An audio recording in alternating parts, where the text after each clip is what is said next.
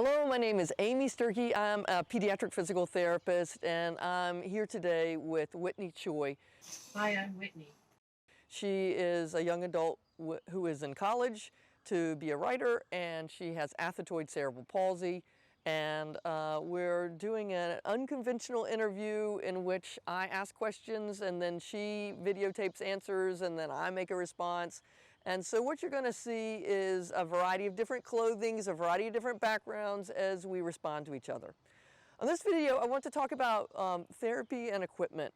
Um, Whitney, could you tell me if you had any physical therapy, occupational therapy, speech therapy previous to this?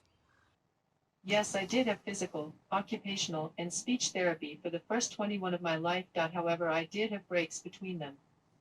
Tell me the kind of things you worked on in physical therapy. In physical therapy, I worked on balancing, walking, and other things that helped me make life easier. For example, standing for a long time. That I also worked on going up and down the stairs. And in occupational therapy, can you tell me the kind of things you worked on in there?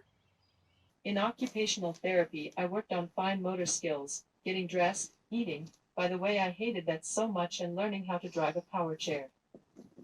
I had to go back when I was 18 because I was going to college and couldn't get a one-on-one, so I had to learn how to do a lot of new things in order for me to go to school without anybody. So, Whitney, it's interesting to me that you did not find occupational therapy as enjoyable. You said you hated it. I'm just curious why that is. Is that because the work that you were doing was hard, or was it you and the therapist didn't get along as well, or you didn't deem it as important when you were doing it?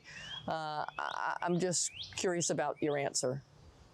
I meant was I didn't like a part of occupational therapy, and that was when they would watch me eat. I absolutely hate that. It makes me very self-conscious. I feel I eat differently around them. I still have to do that whenever I go to the hospital. I think that's really good feedback too, because I think as therapists, sometimes we forget what it's like to be on the other side, or don't know what it's like to be on the other side. Some of us have never had therapy to know what it's like to be watched. And I think particularly with eating, I grew up in my family was kind of particular about the way you ate. And so I think I would feel more sensitive if I felt like somebody was watching carefully how I was eating and scrutinizing every little detail of that. So I can see where eating particularly, as opposed to how you do a sit to stand, would make you feel more subconscious. So thank you for sharing that too. And in speech and language therapy, can you tell me the kind of things you worked on in there?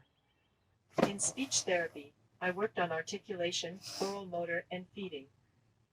I also worked on communicating with others and social skills because I have dyspraxia on top of having cerebral palsy. I'm wondering if you have some words of wisdom about what you think makes a good therapist. What if they're taking into consideration your viewpoints, or if they're making it fun, or if you're involved in the goal writing process. So what? Tell me from your perspective, what makes a good therapist? A good therapist will listen to you and spend time getting to know you so that they can make therapy more meaningful. I think sometimes they forget we have dreams and goals, they just focus on the diagnosis and not the person. Also, sometimes they just have to try a lot of different things to figure out how the client will do things.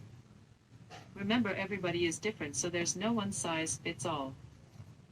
That's really good feedback, Whitney. Thank you so much. And now tell me, I'd rather you speak to the people out there who are watching this channel that might have cerebral palsy.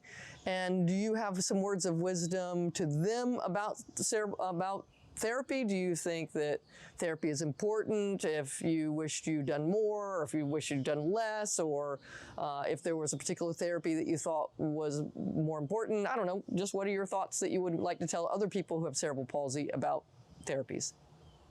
I really think that therapy is very important because that's how you gain independence and have good quality of life. I remember as a little kid, I could barely do anything because of the severity of my CP, but today I can do a lot of things even though I still can't control my movements. I think that is a realization that comes with age. I think kids don't really think about the big picture of why they're in therapy and why am I doing push-ups or why am I doing sit-ups or why is this so important?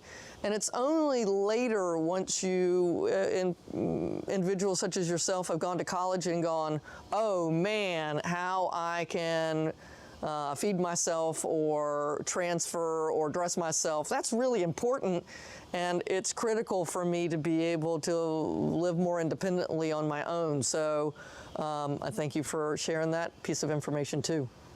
And just to change the topic a little, do you currently or in the past have you used any bracings, any orthotics for your feet, any hand braces for your hands to help the function of your hands any better? And what was your experience of that? I did have a KAFO until the age of 7.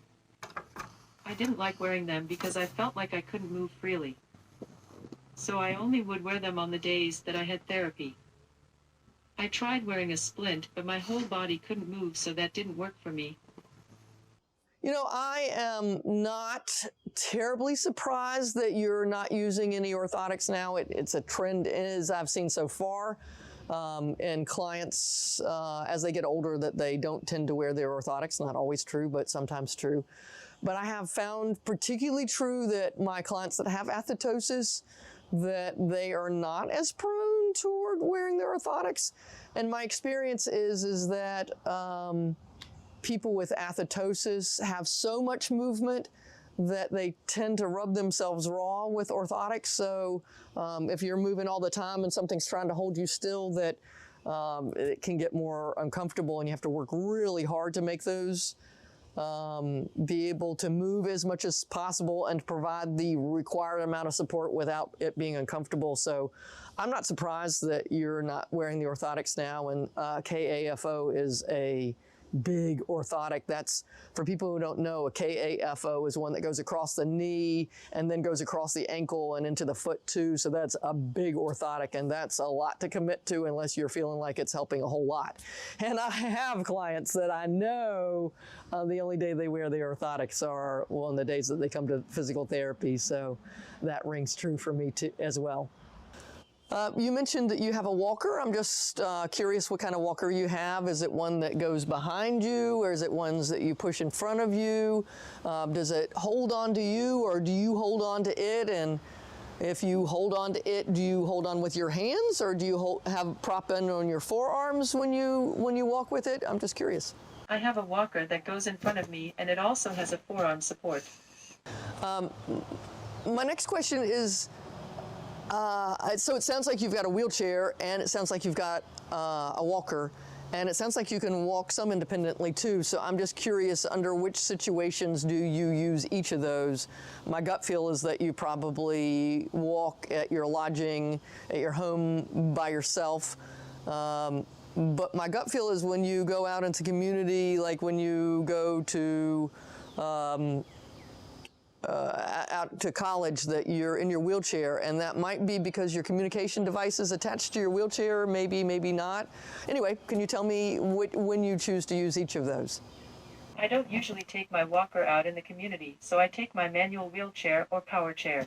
I also would like to know if you ever had a stander, because you've mentioned you have a walker and a wheelchair, and it's recommended that individuals who are not standing by pulling up the stand by 12 months of age, that they get a stander too. I'm curious if you ever had a stander and if you used it. If you're standing independently, I can't imagine you're using it now, but if you used one in the past. I don't think I ever had a stander. I have seen pictures of me standing up in the sink in the bathroom as a toddler.